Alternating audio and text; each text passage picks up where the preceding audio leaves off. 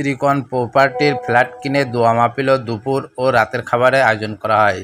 আব্দুল্লাহ আল মুক্তাদির বাদন, staff reporter, বিশ্বের আলো টিভি, রাজশাহী। আজ ত্রিকোণ প্রপার্টির ফ্ল্যাট কিনে দোয়া মাহফিল ও দুপুর ও রাতের খাবারের আয়োজন করা হয়।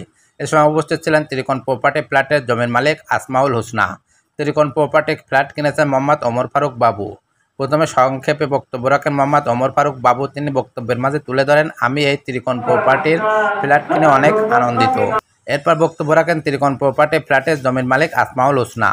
তারপর দোয়া মাহফিল ও দুপুর ও রাতের খাবার আয়োজনের মধ্য দিয়ে এই অনুষ্ঠানের সমাপ্তি ঘোষণা করা হয়।